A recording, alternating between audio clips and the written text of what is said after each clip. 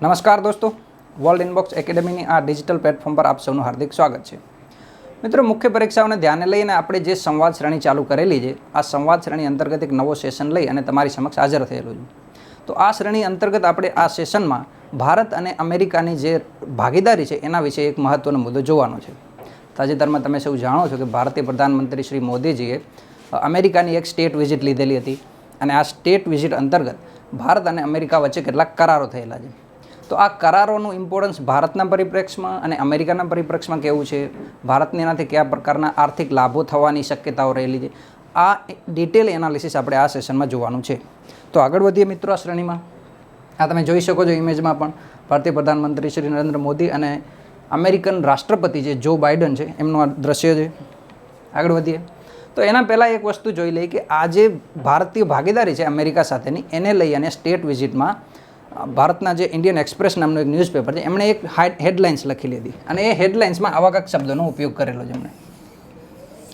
Walls dance step, Bharat અને અમેરિકાની જે ભાગીદારી છે એને વોલ્સ ડાન્સ સ્ટેપ તરીકે એમણે સરખાવેલી છે. હવે વોલ્સ ડાન્સ સ્ટેપનો એક તમે દ્રશ્ય જોઈ શકો છો સ્ક્રીન ઉપર. આ પ્રકારની વોલ્સ ડાન્સ હોય છે કે જેમાં જે બંને પાર્ટનર છે એમના વચ્ચેનું કોર્ડિનેશન સૌથી ઇમ્પોર્ટન્ટ હોય છે. જો બંને પાર્ટનર વચ્ચેનું કોર્ડિનેશન ઇમ્પોર્ટન્ટ ના હોય, જો સારું સહયોગ ના હોય તો આ ડાન્સ ના કરી શકાય. એ પ્રકારની એક હેડલાઇન્સ લખેલી હતી, તમે જોઈ શકો છો. આગળ વધીએ તો આ પ્રકારની જે સ્ટેટ વિઝિટ છે એ લેનારા પ્રધાનમંત્રી નરેન્દ્ર મોદી ભારતના પહેલા નેતા નથી. આ અગાઉ પણ ભારતના અમુક નેતાઓએ અમેરિકાની સ્ટેટ વિઝિટ લીધેલી છે. તો એ કયા કયા નેતાઓ હતા અને સ્ટેટ વિઝિટનો ઇમ્પોર્ટન્સ શું છે અથવા તો મિનિંગ શું છે એ પણ જોઈએ આપણે. તો અમેરિકામાં સ્ટેટ વિઝિટ લેનારા અગાઉના જે નેતાઓ હતા એ અગાઉના નેતાઓ બે હતા, મુખ્ય નેતાઓ. તો એક 1963માં ભારતના જે રાષ્ટ્રપતિ હતા ડૉક્ટર સર્વપલ્લી રાધાકૃષ્ણન. તો ડૉક્ટર સર્વપલ્લી રાધાકૃષ્ણને રાષ્ટ્રપતિના પદ ઉપર તૈનાત રહીને જ એક અમેરિકાની સ્ટેટ વિઝિટ લીધેલી હતી અને ત્યારબાદ વર્ષ 2009માં તત્કાલીન પ્રધાનમંત્રી હતા ડૉક્ટર મનમોહન સિંહ, એમણે પ્રધાનમંત્રીના પદ ઉપર રહી અને અમેરિકાની સ્ટેટ વિઝિટ લીધેલી છે. તો ભારતીય પ્રધાનમંત્રી સ્ટેટ વિઝિટ લેવાવાળા પહેલા નેતા નથી, એ પ્રિલિમની દ્રષ્ટિએ યાદ રાખવું.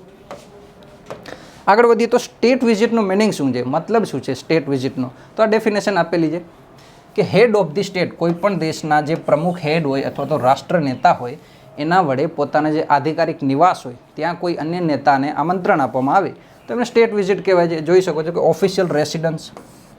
તો તાજેતરમાં અમેરિકી રાષ્ટ્રપતિ જો બાઇડને છે એમના આધિકારિક જે નિવાસ છે ત્યાં એમને આમંત્રણ આપેલું હતું, તમે જોઈ શકો છો.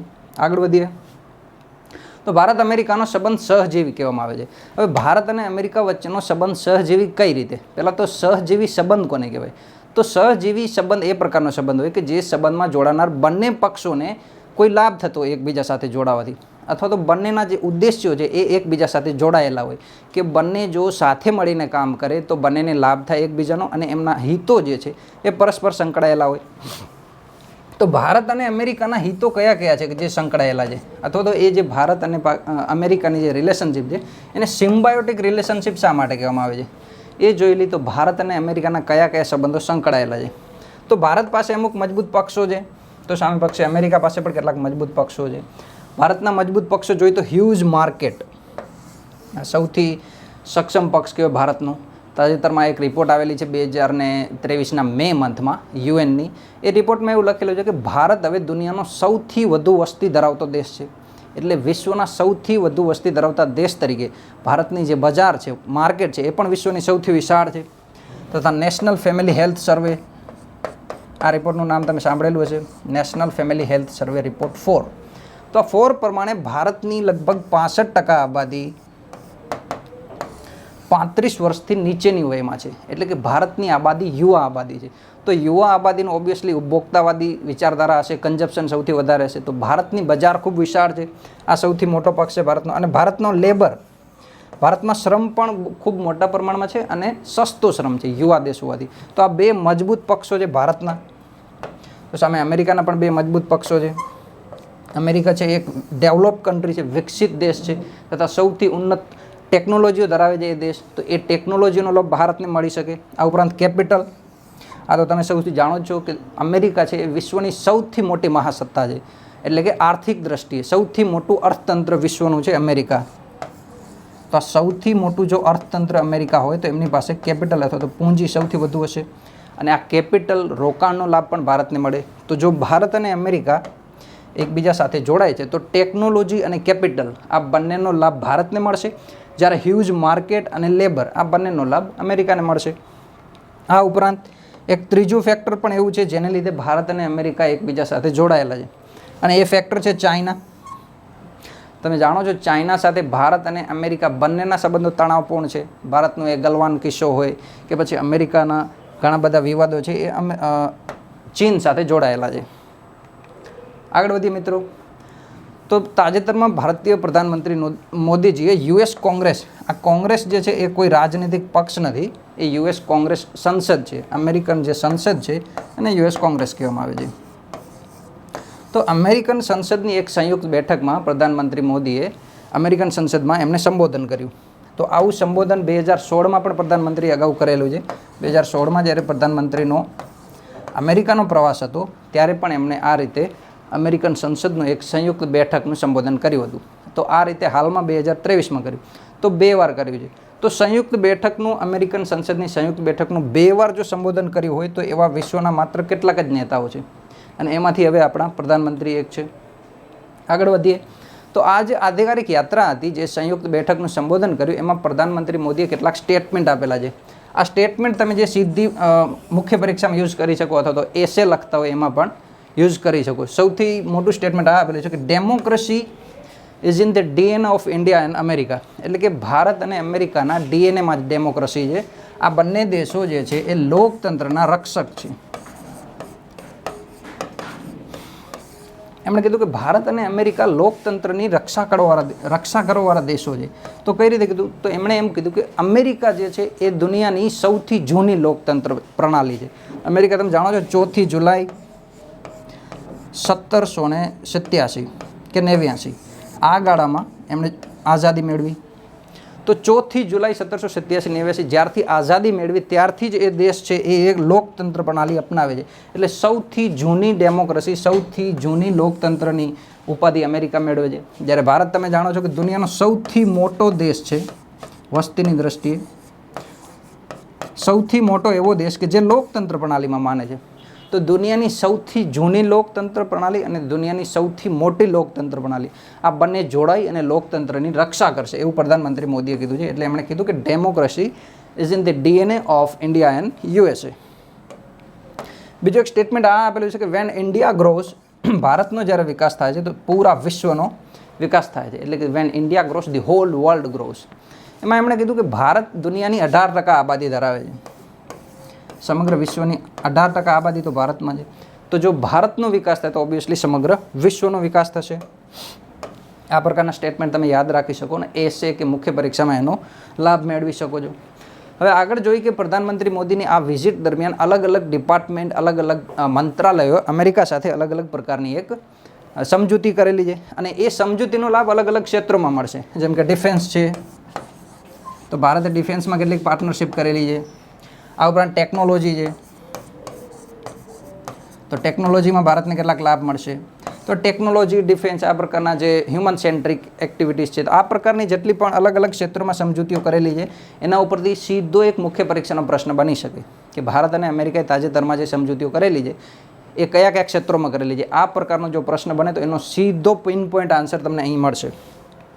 જો અહીંયા ક્ષેત્ર પણ લખેલું છે. સૌ પ્રથમ જોઈએ આપણે ટેકનોલોજી કે તકનીકી ક્ષેત્ર છે, એમાં ભારત અને અમેરિકાએ કઈ કઈ બાબતોમાં ભાગીદારી કરેલી છે. તો સૌથી પહેલાં જોઈએ સેમિકન્ડક્ટર. હવે સેમિકન્ડક્ટર મિત્રો તમે જાણો છો કે જે ચોથી ઔદ્યોગિક ક્રાંતિ, આપણે એક અગાઉ લેક્ચર લીધેલો છે એમાં તમને કીધેલું છે કે ચોથી ઔદ્યોગિક ક્રાંતિ છે, એ ચોથી ઔદ્યોગિક ક્રાંતિના જે ઘટકો છે એમાં સેમિકન્ડક્ટર સૌથી મહત્ત્વનું છે. તમે જાણો છો ટેબ્લેટ છે, લેપટોપ છે, મોબાઈલ છે, આ પ્રકારની બધા જે ડિજિટલ ઉપકરણો છે એમાં આઈસી વપરાય છે, ઇન્ટિગ્રેટેડ સર્કિટ, અને આ જે ચિપ્સ વપરાય છે એ સેમિકન્ડક્ટરની બનેલી હોય છે. તો સેમિકન્ડક્ટર એ સૌથી ઉપયોગી તત્વ તમે માની શકો. તો સેમિકન્ડક્ટરમાં ભારત અને અમેરિકા હવે સહયોગ કરી રહ્યા છે. અને શું કરવાના છે? તો સેમિકન્ડક્ટર સપ્લાય ચેઇન, એટલે કે આંતરરાષ્ટ્રીય સ્તરે જે વેપાર થતા હોય અલગ અલગ દેશો વચ્ચે સેમિકન્ડક્ટરના, એમાં ભારત અને અમેરિકા સહયોગ કરશે. એટલું જ નહીં, પણ આ એક કંપનીનું નામ યાદ રાખવાનું છે, માઇક્રોન ટેકનોલોજી. આ માઇક્રોન ટેકનોલોજી છે એ એક અમેરિકી કંપની છે જે ભારતમાં રોકાણ કરશે. અને કેટલું રોકાણ કરશે? $2.75 બિલિયન. આ એક સૌ મોટી રકમ કહેવાય. $2.75 બિલિયન રોકાણ ભારતમાં કરશે માઇક્રોન ટેકનોલોજી. અને શા માટે કરશે? તો સેમી કન્ડક્ટરનું ઉત્પાદન વધારવા માટે. અને તમે જાણો છો ભારતે પણ સેમિકન્ડક્ટરનું ઉત્પાદન વધારવા માટે અને ભારતમાં સેમિકન્ડક્ટર ઉત્પાદિત થાય એવા પ્રયાસો માટે એક મિશન શરૂ કરેલું હતું. બજેટમાં પણ આનો ઉલ્લેખ છે, તમે જાણો છો, ઇન્ડિયા સેમિકન્ડક્ટર મિશન. તો આ ઇન્ડિયા સેમિકન્ડક્ટર જે મિશન છે એના સમર્થનમાં આ માઇક્રોન ટેકનોલોજી નામની જે અમેરિકી કંપની છે એ કામ કરશે. એટલે ભારતમાં હવે સેમિકન્ડક્ટરના ઉત્પાદનમાં વધારો આવશે. આજે આપણે જોઈએ છે ટેકનોલોજી પાર્ટનરશિપ, એમાં એક જોયું સેમિકન્ડક્ટર. બીજો મુદ્દો કયો છે? તો મહત્વપૂર્ણ ખનિજો. હવે આ મહત્વપૂર્ણ ખનિજો કઈ? તો એને ઇંગ્લિશમાં કહેવાય છે rare earth element. Rare earth element એટલે બીજું કંઈ નહીં, એ જ કે જે ફોર્થ ઇન્ડસ્ટ્રીયલ રેવોલ્યુશનના જે આધુનિક ઉપકરણો છે એમાં બનાવવામાં આમનો ઉપયોગ સૌથી વધારે હોય છે. એ પછી ડિફેન્સ હોય કે સ્પેસ હોય, આ બધા ક્ષેત્રોમાં. આ ઉપરાંત આર્ટિફિશિયલ ઇન્ટેલિજન્સના જે અલગ અલગ ઉપકરણો બનાવવામાં આવે છે, આ પ્રકારના જે આધુનિક ટેકનોલોજીના ઉપકરણો બનાવવામાં આવે છે એમાં રેર અર્થ એલિમેન્ટનો ઉપયોગ સૌથી વધુ થાય છે. તો આ રેર અર્થ એલિમેન્ટમાં આ ભાગીદારી કરવાનો ઉદ્દેશ્ય શું છે હાલમાં? તો રેર અર્થ એલિમેન્ટમાં એવું છે મિત્રો કે હાલમાં વિશ્વમાં જે રેર અર્થ એલિમેન્ટનું ઉત્પાદન થાય છે એમાંથી સમગ્ર વિશ્વના ઉત્પાદનમાં 70% જેટલું ઉત્પાદન એક દેશ કરે છે, અને એ દેશ છે ચાઇના. હવે ચાઇના સાથે જો આ દેશોના સંબંધ ખરાબ હોય તો ઓબ્વિયસલી ચાઇના એનો રણનીતિક લાભ ઉઠાવશે. એટલે વિશ્વની ચીન ઉપર જે નિર્ભરતા છે રેર અર્થ એલિમેન્ટ બાબતે, એ નિર્ભરતા ઓછી કરવાનો પ્રયાસ કરવામાં આવેલો છે. તો ચીને 70% ઉત્પાદનથી ઘણા બધા એવા લાભ પણ મેળવ્યા છે કે હાલતા કોઈ પણ સપ્લાય ચેન સ્ટોપ કરે, કોઈ વિશ્વને જે છે એ રેર અર્થ એલિમેન્ટની સપ્લાય ના આપે, તો એને લીધે છે એ રણનીતિક લાભ મેળવે. તો આ પ્રકારની બાબતો થતી અટકે એટલા માટે અમેરિકાએ 2022માં એક ગ્રુપ બનાવ્યું. 2022માં ગ્રુપ બનાવ્યું MSP નામનું. હવે MSP મિનિમમ સપોર્ટ પ્રાઇસ નથી, આ કૃષિ સાથે સંકળાયેલી કોઈ બાબત નથી. આ બાબત છે મિનરલ સિક્યોરિટી પાર્ટનરશિપ, એટલે કે ખનિજ સુરક્ષા ભાગીદારી.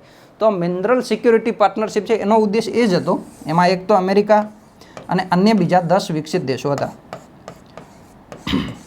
તો આ જે 11 દેશો છે એ 11 દેશો મળી અને એવો પ્રયાસ કરશે MSP અંતર્ગત કે એકબીજાના દેશોમાં જેટલા પણ રેર અર્થ એલિમેન્ટ જોવા મળે છે એ બધા રેર અર્થ એલિમેન્ટનું સંરક્ષણ કરે અને એ સાથે મળી અને રેર અર્થ એલિમેન્ટનું ઉત્પાદન કરે કે જેથી કરી અને ચીન ઉપરની જે નિર્ભરતા છે એમાં ઘટાડો આવે. હવે કોઈ એક દેશ પાસે તમામ રેર અર્થ એલિમેન્ટ હોય એવું પોસિબલ નથી. તો લોકો જો ભાગીદારીમાં કામ કરે અલગ અલગ દેશો, તો ઓબ્વિયસલી રેર અર્થ એલિમેન્ટ છે એનો જે ઉપયોગ સારી રીતે કરી શકાય. એવા ઉદ્દેશ્ય સાથે આ એક ગ્રુપ બનાવ્યું હતું અમેરિકાએ 2022માં. તો હવે આ ગ્રુપમાં ભારતને પણ એડ કરવામાં આવેલું છે. તો આ જે ગ્રુપ છે MSP, આ ગ્રુપ ઇમ્પોર્ટન્સ બને છે પ્રિલિમ અને મેઇન્સની દ્રષ્ટિએ અલગથી. MSP ગ્રુપ ઉપર મુખ્ય પરીક્ષામાં પણ એક સીધો ક્વેશ્ચન બનાવી શકાય કે MSP ગ્રુપ છે એનું ઇમ્પોર્ટન્સ, એની લાક્ષણિકતાઓ શું છે, એની રેલેવન્સી શું છે. અને હવે જ્યારે ભારત એમાં જોડાઈ ગયું છે તો ભારત જોડાવાથી જે MSPનું ઇમ્પોર્ટન્સ છે એ હજી વધશે. ઓકે મિત્રો, તો ભારતને હવે આ MSPમાં સભ્યતા મળી છે. પ્રિલિમ દ્રષ્ટિએ યાદ રાખજો કે ભારત જે છે એનો 13મો સભ્ય બનેલો છે હાલમાં. આના અગાઉ 10 દેશો હતા અને US એની નેતૃત્વ હતું. તો 11 દેશો જે છે એ મૂળભૂત રીતે જોડાયેલા હતા જ્યારે એની સ્થાપના થઈ. જ્યારે એની સાથે સાથે ઇટલી હમણાં જોડાયેલું છે, જસ્ટ ભારત જોડે એના પહેલાં. તો ઇટલી જે છે એ 12મો દેશ હતો MSPમાં જોડાવનાર અને 13મો દેશ છે એ ભારત બને છે. તો MSP યાદ રાખવાનું છે કે MSPનું મુખ્ય ફોકસ શું છે, રેર અર્થ એલિમેન્ટ શું છે. તો હવે ભારતની એક કંપની છે એપ્સિલોન કાર્બન લિમિટેડ. હવે આ એપ્સિલોન કાર્બન લિમિટેડ જે છે એ ભારતીય મૂળની કંપની અમેરિકામાં જઈ અને ઇલેક્ટ્રિકલ વ્હીકલ બેટરીનું ઉત્પાદન કરશે. તો એ જે ભારતીય આપણા માટે એક ગર્વની વાત છે કે ભારતની એક કંપની અમેરિકામાં જઈ રોકાણ કરશે અને ત્યાં ઇલેક્ટ્રિક જે 4 વ્હીલર હોય કે 2 વ્હીલર હોય એમની બેટરી બનાવશે. તો આ વ્હીકલોની બેટરી બનાવવાથી ભારતને શું લાભ થશે? તો ભારત વિદેશોમાં નિર્યાત કરશે, ઇલેક્ટ્રિક બેટરી બનાવી અને નિર્યાત કરશે. ઓબ્વિયસલી ભારતને પણ લાભ થશે. ભારતમાં પણ જે છે એ ફેમ જેવી સ્કીમ ચાલે છે, તમે જાણતા હશો. આ FAME faster adoption and manufacturing of electrical vehicle. તો આ પ્રકારની યોજના ભારતમાં પણ ચાલે છે કે જેથી કરી અને ઇલેક્ટ્રિકલ વ્હીકલનું ઉત્પાદન ભારતમાં વધે અને લોકો જે છે એની સ્વીકૃતિ આપે. તો આ ફેમ જેવી યોજનાઓને તો લાભ થશે, સાથે સાથે ભારતનું જે નિર્યાત છે એ પણ વધશે. તો નિર્યાત વધવાથી પણ ભારતને લાભ છે કે કરંટ એકાઉન્ટ ડેફિસિટ, આ શબ્દ તમે જાણતા હશો. ભારત હંમેશા જે છે એ આયાત વધુ કરે છે અને નિર્યાત ઓછી કરે છે. તો હવે જો ભારતની કોઈ કંપની છે, આ એપ્સિલોન કાર્બન લિમિટેડ જેવી, એ વિદેશોમાં જઈને રોકાણ કરે તો ઓબ્વિયસલી ભારતનું જે છે એ નિર્યાત વધશે અને નિર્યાત વધારવાથી કરંટ એકાઉન્ટ ડેફિસિટ ભારતની ઘટશે. આ પ્રકારના તમે કનેક્ટિંગ કરી શકો છો આ પોઈન્ટ સાથે. એમએસપીનો લાભ શું મળશે એને. હજી આપણે ચાલુ છે ટેકનોલોજી પાર્ટનરશિપ, જ યાદ રાખજો. આ ટેકનોલોજી પાર્ટનરશિપ અંતર્ગત અલગ અલગ બીજા પણ ક્ષેત્રો છે, પણ હાલમાં આપણે ધ્યાન રાખી રહ્યા છીએ માત્ર ટેકનોલોજી પાર્ટનરશિપ ઉપર. 2 મુદ્દા જોયા. હવે ત્રીજો મુદ્દો જોઈએ તો અવકાશ ક્ષેત્ર જે છે, સ્પેસ વિભાગ છે, એમાં પણ ટેકનોલોજીનો ખૂબ ઉપયોગ થાય છે. અને ટેકનોલોજી ક્ષેત્રે સ્પેસમાં ભારતે સારી એવી કામગીરી પર કરી છે. ભારતની જે રાષ્ટ્રીય સંસ્થા છે, તમે જાણો છો, ઇસરો છે, ઇન્ડિયન સ્પેસ રિસર્ચ ઓર્ગેનાઇઝેશન. આ ભારતની સ્પેસ ક્ષેત્રે કામ કરતી એક મુખ્ય એજન્સી છે. તો અમેરિકાની જે એવી મુખ્ય એજન્સી છે એનું નામ છે નાસા. તો નાસા અને ઇસરો હવે સાથે આવી રહ્યા છે, સાથે મળીને કામ કરશે. અને કયા કયા ક્ષેત્રો ઉપર કામ કરશે એ ટેકનોલોજીકલ પાર્ટનરશિપ બનશે. તો જોઈએ, એક છે આર્ટમિસ સમજૂતી. આર્ટમિસ સમજૂતી અથવા તો આર્ટમિસ એકોર્ડ, આ એક સમજૂતી છે જેમાં ભારત હવે જોડાયેલો છે. આ અગાઉ પણ ભારત અગાઉ પણ કેટલાક દેશો જોડાયેલા છે, તમે જાણો છો 26 જેટલા દેશો અત્યારે જોડાયેલા છે. તો આ આર્ટમિસ સમજૂતીમાં ભારતને જોડાવાથી ભારતને શું લાભ છે? તો આર્ટમિસ જે છે એનો ઉદ્દેશ્ય એવો છે કે માર્સ એટલે કે મંગળ, આ ઉપરાંત ચંદ્ર, આ ચંદ્ર અને મંગળ સુધી તો ઘણા બધા દેશોએ મિશનો મોકલ્યા છે, એના ઉપર ડિટેલ એનાલિસિસ કર્યું છે, ઘણા બધા લોકો ઇન્ફોર્મેશન મેળવી છે. પણ આનાથી આગળ જે છે બ્રહ્માંડમાં એમાં શું છે, કઈ કઈ શોધ સંશોધનો કરવાના છે, કયા કયા સ્ટાર છે, ગ્રહો છે, કોઈ જાતના નવા સંશોધનો કરવાના છે. તો એવા ઉદ્દેશ્ય સાથે આપણે આ આર્ટમિસ એકોર્ડ નામની એક સમજૂતી કરી હતી અને એના ઉપર હવે ભારતે હસ્તાક્ષર કર્યા છે. એટલે હવે આ ભારતે હસ્તાક્ષર કર્યા છે તો ભારત એ સમજૂતીનો ભાગ બની ગયો. તો જે પણ નવા શોધ સંશોધનો થશે એનો લાભ ભારતને પણ મળશે. તો ભારતને એનો લાભ મળશે. તો એકોર્ડ જે સમજૂતી છે, આર્ટમિસ સમજૂતી છે, એનો લાભ હવે ભારતને મળશે. તો આર્ટમિસ સમજૂતી પણ હવે મુખ્ય પરીક્ષાની દ્રષ્ટિએ પણ ઇમ્પોર્ટન્ટ છે. તો તમારે એક વખત જોઈ લેવાની આર્ટમિસ સમજૂતી શું છે, કયા દેશો ભાગીદાર છે, કયા કયા પ્રકારના પ્રયોગ કરવાના લક્ષ્યાંકો છે. તો તમે જોઈ શકો છો, પીસફુલ, સસ્ટેનેબલ અને ટ્રાન્સપેરન્ટ, એટલે કે એકબીજા દેશો એકબીજાના સહયોગ કરશે, માહિતી શેર કરશે. Cooperation that will enable exploration of the moon, Mars and beyond, એટલે કે ચંદ્ર, મંગળ અને એની આગળનું જે બ્રહ્માંડ છે એમાં નવા શોધ સંશોધનો લાગુ કરવામાં આવશે. તો આ ત્રીજો મુદ્દો છે મિત્રો. અવકાશ ક્ષેત્રે હજી ટેકનોલોજીકલ પાર્ટનરશિપ જ ચાલે છે, અલગ અલગ બીજી પણ પાર્ટનરશિપ આવશે. આગળ જોઈએ તો નાસા અને ઇસરો વચ્ચે 2024માં આ સૌથી ઇમ્પોર્ટન્ટ મુદ્દો છે, યાદ રાખવાનો. ISS આ કોઈ આતંકવાદી સંગઠન નથી, એનું ફૂલ ફોર્મ છે ઇન્ટરનેશનલ સ્પેસ સ્ટેશન. હવે ઇન્ટરનેશનલ સ્પેસ સ્ટેશનનો મિનિંગ શું છે? તો ઇન્ટરનેશનલ સ્પેસ સ્ટેશન એટલે સાદી ભાષામાં સમજીએ તો એક પ્રયોગશાળા. જે રીતે પૃથ્વી સપાટી ઉપર એટલે કે ભારતના દેશોમાં, અલગ અલગ દેશોમાં પ્રયોગશાળા હોય છે, જેમાં બેસીને વૈજ્ઞાનિકો જે છે અલગ અલગ પ્રકારના પ્રયોગ કરતા હોય અને એના તારણો નોંધતા હોય, કઈ કઈ સિચ્યુએશન, ઠંડી, ગરમી, આ પ્રકારના જે પ્રયોગો પૃથ્વીની સપાટી ઉપર થતા હોય. તો આવી પ્રયોગશાળા એક સ્પેસમાં બનાવવામાં આવે, લો અર્થ ઓર્બિટ કે આ પ્રકારના જે ઊંચાઈ ઉપર રહેલા સ્થાનો છે ત્યાં જે છે એક ઇન્ટરનેશનલ સ્પેસ સ્ટેશનની રચના કરશે અને એમાં જે છે એ નાસા અને ઇસરો સહયોગમાં છે. તો આ 2024ની વાત છે. હાલમાં ભારત પાસે કોઈ પણ ISS નથી, એટલે કે ઇન્ટરનેશનલ સ્પેસ સ્ટેશન હાલમાં કોઈ ભારત પાસે ઉપલબ્ધ નથી. આગળ વધીએ મિત્રો. તો આ એક ગગનયાન, ઇસરો જે છે એ ટૂંક સમયમાં એક સૌમાનવ મિશન લોન્ચ કરવાનું છે, ભારતનો પ્રથમ છે. એટલે ઇમ્પોર્ટન્સ બને છે મુખ્ય પરીક્ષા અને પ્રિલિમ પરીક્ષા બંને માટે. ભારતનો આ પ્રકારનો પ્રથમ મિશન છે, સૌમાનવ મિશન, એટલે કે લોકોને અહીંયાથી મોકલવામાં આવશે અવકાશમાં. તો આ જે ગગનયાન છે એમાં પણ ઇસરો જે છે એ તકનીકી સપોર્ટ આપશે. અને આ ઉપરાંત આના જે લોકો જવાના છે ગગનયાનમાં એમને કહેવામાં આવે છે ગગન નોટ્સ. તો ગગન નોટ્સને પણ અલગ અલગ પ્રકારની તાલીમ આપવામાં આવશે. આ પ્રકારનો સહયોગ અમેરિકાની જે નાસા એજન્સી છે એ ભારતના ઇસરો સાથે કરશે. તો આ ટેકનોલોજી પાર્ટનરશિપમાં ત્રીજો મુદ્દો હતો નાસા અને ઇસરોનો. આ ઉપરાંત આગળ વધીએ મિત્રો તો ચોથો મુદ્દો. હવે જોઈ શકો છો ટેકનોલોજીના જે કોર ડિપાર્ટમેન્ટ કહેવાય અથવા તો કોર પાર્ટ કહેવાય એના ઉપર ભારત અને અમેરિકા સહયોગ કરે છે. ક્વોન્ટમ કોમ્પ્યુટિંગ અત્યારનો સૌથી ઇમ્પોર્ટન્સ અને ભવિષ્યની ટેકનોલોજી છે. આ ઉપરાંત એડવાન્સ કોમ્પ્યુટિંગ એટલે કે સુપર કોમ્પ્યુટર પ્રકારની જે શક્તિશાળી પ્રણાલીઓ બનાવવામાં આવે છે અને આર્ટિફિશિયલ ઇન્ટેલિજન્સ. તો આ ત્રણેય જે ટેકનોલોજીઓ છે આ આવનારા ભવિષ્યમાં પ્રભુત્વ હશે. તો એની ઉપર હવે મળી અને અમેરિકા અને ભારત અત્યારથી કામ કરશે કે જેથી કરીને આવનારા સમયમાં આ ત્રણેય ટેકનોલોજીમાં આ દેશોને સારામાં સારા એના લાભ ઉઠાવી શકે.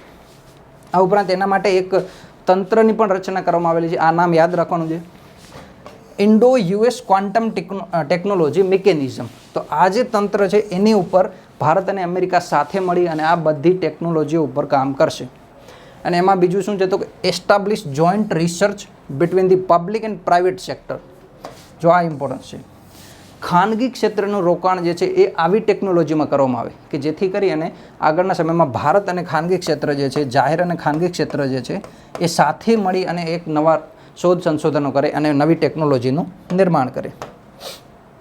આ ઉપરાંત વાયરલેસ ટેકનોલોજી જે છે એની ઉપર પણ ભાર મૂકવામાં આવશે. તો આ ચોથો મુદ્દો છે ક્વોન્ટમ ટેકનોલોજી. અને હજી આપણે ટેકનોલોજીકલ પાર્ટનરશિપમાં છીએ, આગળ અલગ અલગ બીજા પણ ક્ષેત્રો છે. હવે જોઈએ નવા શોધ સંશોધનો માટે, તો નવા જે રિસર્ચ કરવા માટે છે એના માટે શું કામ કરવામાં આવે છે, કયા કયા મંત્રાલયો કે વિભાગો ભારતના અને અમેરિકાના જોડાયેલા છે કે જેણે કોઈ સહયોગ કરવા માટે પ્રતિબદ્ધતા દાખવી હોય. તો એક આ નામ છે ફાઉન્ડેશનનું, યુએસ નેશનલ સાયન્સ ફાઉન્ડેશન. જો આવા જે નામ છે ક્રિટિકલ એ યાદ રાખવાના છે, મેઇન્સ એક્ઝામમાં લખશો તો એનો બેનિફિટ મળશે.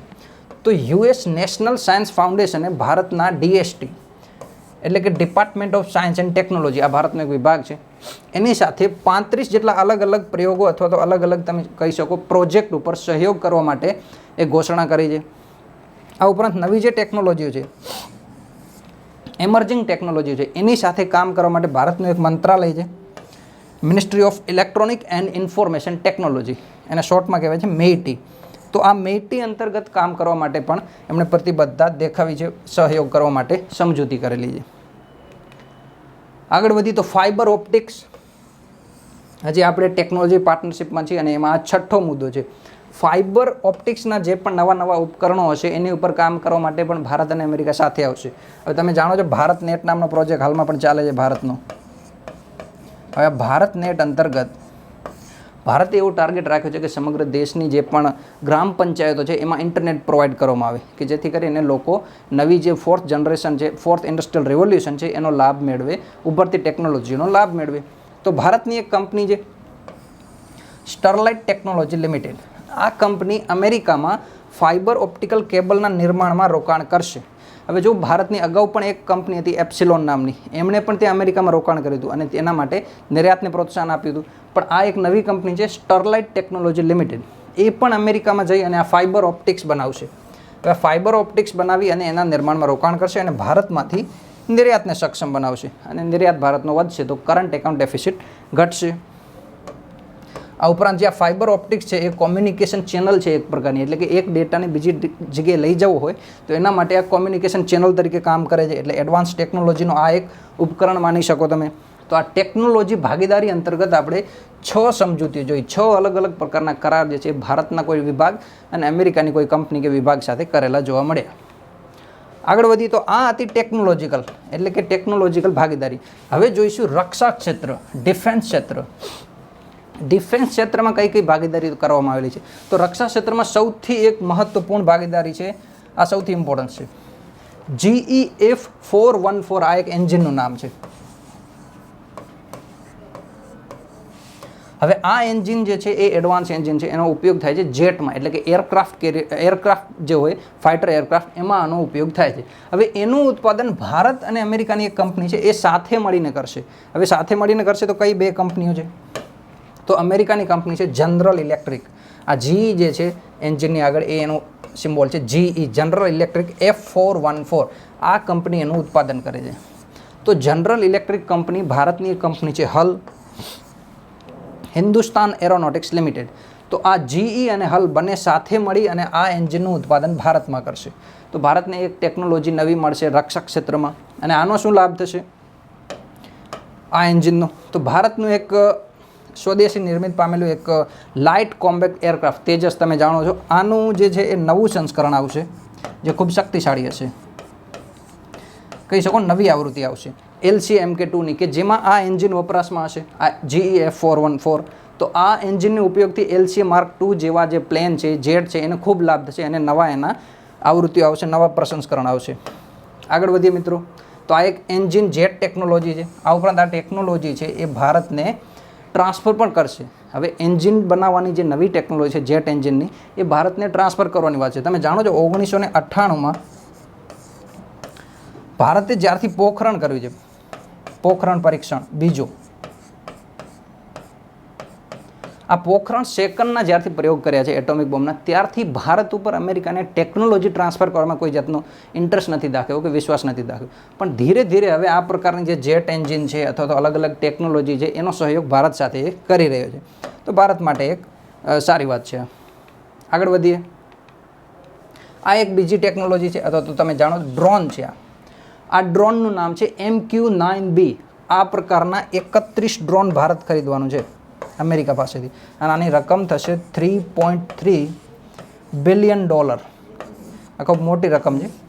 $3.3 બિલિયન રકમે ભારત 31 જેટલા MQ-9B પ્રકારના UAV અનમેન એરિયન વ્હીકલ, એટલે કે આમાં કોઈ ચાલક નહીં હોય, આ ડ્રોન પ્રકારના હશે એ જેને ટેકનિકથી નીચેથી જે નિયંત્રણમાં લઈ શકાય. તો ભારત જે છે એ 31 MQ-9B ખરીદવાનું છે. એક તો જેટ એન્જિન F414 છે અને એક છે MQ-9B. આ રક્ષા ક્ષેત્રના બે મેજર સહયોગ છે, યાદ રાખજો.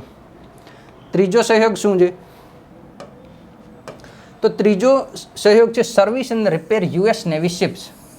આ પણ ભારત માટે એક ગર્વની વાત કહી શકાય કે અમેરિકાના જે નેવીના શિપ હશે એની મરમ્મત હવે ભારતમાં થશે, એનું રિપેર વર્ક ભારતમાં થશે. અને ભારતમાં ક્યાં થશે? તો ભારતમાં જે તમિલનાડુનું એક પોર્ટ છે, તમે જોઈ શકો છો. આ US નેવીએ જે છે એ L&T શિપયાર્ડ કટ્ટુપલ્લી, આ નામ યાદ રાખવાનું છે. કટ્ટુપલ્લી નામનો એક શિપયાર્ડ છે ચેન્નઈમાં આવેલો, અને એ સંભાળે છે લાર્સન ટુબ્રો આ કંપની. તો લાર્સન અને ટુબ્રો શિપયાર્ડ છે કટ્ટુપલ્લી ચેન્નઈમાં, એની સાથે US નેવીએ એક પ્રકારનો સહયોગ કર્યો છે, એક સમજૂતી કરી છે MSRA, એટલે કે માસ્ટર શિપ રિપેર એગ્રીમેન્ટ. હવે આ એગ્રીમેન્ટથી ભારતને શું લાભ થશે? તો આ તમે મેપ જોઈ શકો છો. આ છે ઇન્ડિયા, આ છે અમેરિકા. હવે અમેરિકન જે શિપ હોય છે એ ઘણી વખત હિન્દ મહાસાગરમાં પેટ્રોલિંગ કરતા હોય. આ ઉપરાંત અહીંયા ચાઇના અને તાઇવાન વચ્ચે જે સંઘર્ષો છે, તો તાઇવાનની રક્ષા માટે પણ અમેરિકા તાઇવાન સ્ટ્રેટમાં ઘણી વખત એરક્રાફ્ટ કેરિયર અને અલગ મોટા મોટા જે શિપ હોય છે એ તૈનાત કરે છે. તો આ ક્ષેત્રમાં જો કોઈ પણ અમેરિકન શિપ હોય અને એને રિપેરની જરૂર હોય તો એ ભારતનો સહયોગ લઈ શકે. અહીંયા તમિલનાડુ પર તમે જાણો છો દક્ષિણ ભારતનું જે કોર્નરનું જે આ શિપયાર્ડ છે એ ત્યાં આવેલું છે, લાર્સન ટુબ્રોનું. તો એનો મતલબ એ છે કે ભારત જે છે એ અમેરિકા સાથે રક્ષા ક્ષેત્રમાં સહયોગ કરે છે. આ વિસ્તારમાં ઇન્ડો પેસિફિક જે ઝોન છે એમાં અમેરિકાની રણનીતિક લાભ છે આ બાબતનો. આગળ વધીએ તો રક્ષા ક્ષેત્રમાં 3 થયા. આ ત્રીજો મુદ્દો છે, યાદ રાખવાનો છે. આગળ જોઈએ તો એક પહેલ છે INDUS-X. આ INDUS-X એ છે એ પણ રક્ષા ક્ષેત્રની જ એક પહેલ છે મિત્રો. અને આ રક્ષા ક્ષેત્રની જે પહેલ છે INDUS-X, આ પહેલ અંતર્ગત પણ અમેરિકા અને ભારત સાથે જોડાવાના છે. એમાં ઘણી બધી વસ્તુઓ છે. એક નેટવર્ક તમે સમજી શકો US ને ઇન્ડિયાનો ડિફેન્સ, એનું ફૂલ ફોર્મ છે India US defence acceleration ecosystem. હવે આ શું છે? એક નેટવર્ક છે. ઘણી બધી બાબતો છે આમાં જોડાયેલી છે ભારત અને અમેરિકાની જે ટેકનોલોજીકલ બાબતો છે. એમાં શું છે તો કે યુનિવર્સિટી હોય, ઇન્ક્યુબેટર હોય, કોર્પોરેટ થિંક ટેન્ક હોય, પ્રાઇવેટ ઇન્વેસ્ટમેન્ટ સ્ટોક હોલ્ડર. તમે જોઈ શકો છો દરેક ક્ષેત્રમાં જે છે એ પ્રાઇવેટ ઇન્વેસ્ટમેન્ટને આકર્ષિત કરવાના પ્રયાસો કરવામાં આવે છે. કારણ કે પ્રાઇવેટ સેક્ટર છે એ ક્યાં પણ જશે, R&D કરશે, વધારે ને વધારે રિસર્ચ અને ડેવલપમેન્ટ કરશે અને નવી નવી શોધ કરશે. તમે જાણો છો ગૂગલ જેવી કંપનીઓ છે અમેરિકામાં, આ ગૂગલ છે, માઇક્રોસોફ્ટ છે, આ પ્રકારની અલગ અલગ કંપનીઓ ખૂબ રોકાણ કરે છે રિસર્ચ એન્ડ ડેવલપમેન્ટમાં અને નવી શોધ કરે છે. તો જ્યાં પણ પ્રાઇવેટ ઇન્વેસ્ટમેન્ટ હશે ઓબ્વિયસલી ત્યાં નવી નવી શોધો થશે. તો ભારત અને અમેરિકા બંને એવા પ્રયાસ કરે છે કે રક્ષા ક્ષેત્રમાં પણ જે છે અલગ અલગ કંપનીઓ રોકાણ કરે અને નવા શોધ કરે. આ ઉપરાંત joint innovation and defence technology, integration of India's private sector, ભારતના પ્રાઇવેટ સેક્ટરને ડિફેન્સ ક્ષેત્રમાં જે છે એ રોકાણ કરવા માટે આકર્ષિત કરવામાં આવશે. તો આ INDUS-X રક્ષા ક્ષેત્રનો ચોથો સહયોગ છે, યાદ રાખવાનો છે. આ ઉપરાંત જે હવે બાબત છે વ્યક્તિ કેન્દ્રિત છે. તો પહેલાં આપણે જોયું કે ભાઈ ડિફેન્સમાં કયા કયા વિભાગો જે છે એ જોડાવાના છે. એની પહેલાં આપણે જોયું ટેકનોલોજી. અને હવે ત્રીજો જે ક્ષેત્ર છે એ છે વ્યક્તિ કેન્દ્રિત, એટલે લોકો જે છે એને કયા પ્રકારના લાભ થાય. ભારતના ઘણા બધા નાગરિકો અમેરિકામાં રહેતા હોય એમને લાભ થાય એ પ્રકારના કાર્યો અહીંયા કરવામાં આવેલા છે.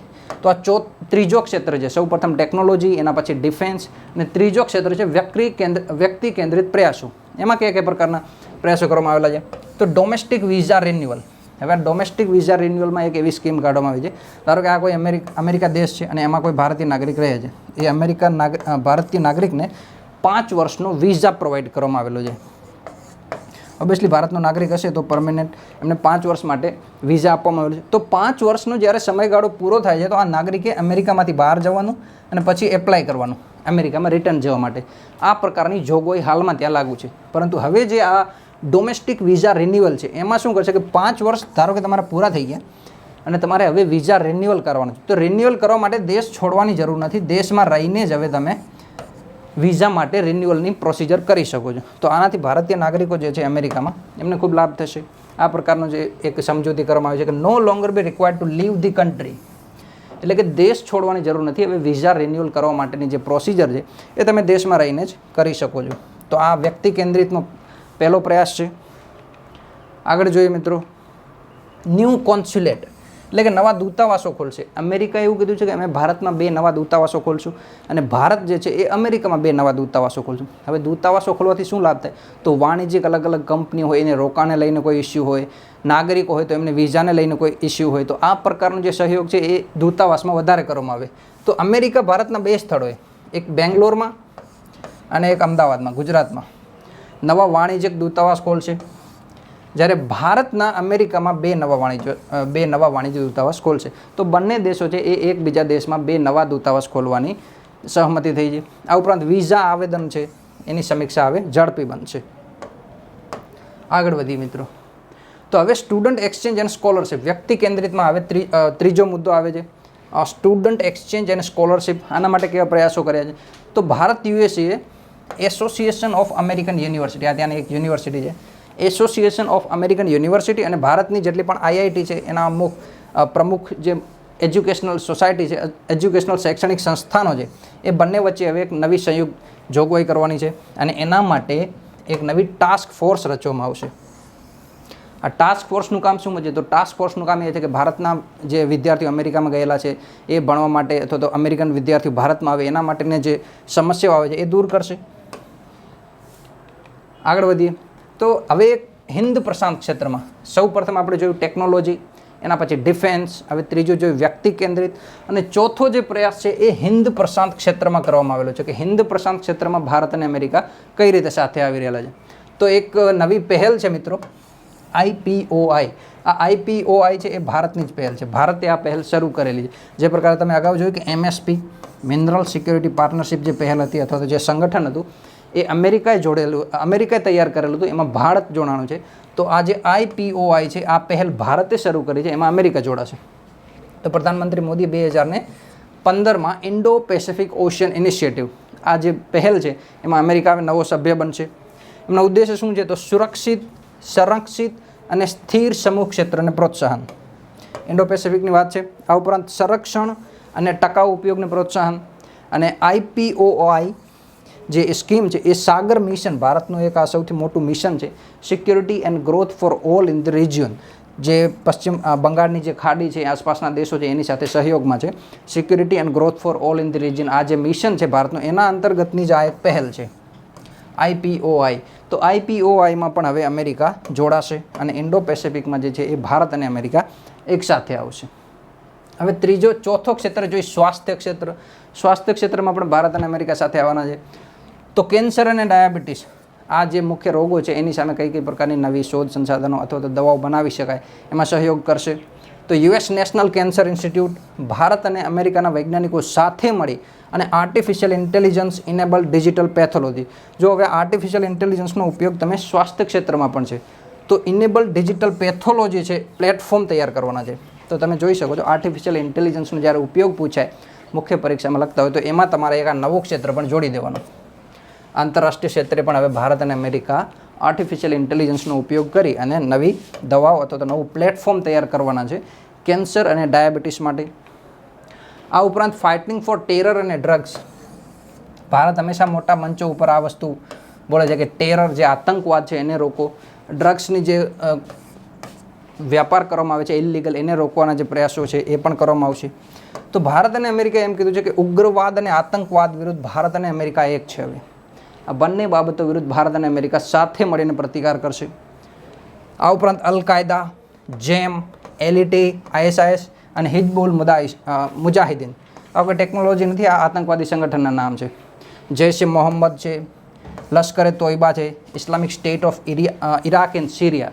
તો આ બધા જે અલગ અલગ પ્રકારના સંગઠનો છે, આતંકવાદ સંગઠનો છે, એની વિરુદ્ધ ભારત અને અમેરિકા હવે સાથે મળી અને સખત કાર્યવાહી કરશે. એટલે કે જે સીમાપાર આતંકવાદ છે એને રોકવાના પ્રયાસો કરવામાં આવશે. ઓકે મિત્રો, તો આ હતી ભારત અને અમેરિકા સાથેની સંબંધોને લઈ અને કેટલીક ડિટેલ અલગ અલગ ક્ષેત્રોમાં ભારત કઈ રીતે સહયોગ કરશે એ, અને અમેરિકા અને ભારતને આનાથી લાભ. તો આવા જ નવા સેશનો સાથે આપણે ભવિષ્યમાં મળતા રહીશું. ત્યાં સુધી જોતા રહો વર્લ્ડ ઇનબોક્સની જે ડિજિટલ પ્લેટફોર્મ છે એની સંવાદ શ્રેણી. ધન્યવાદ.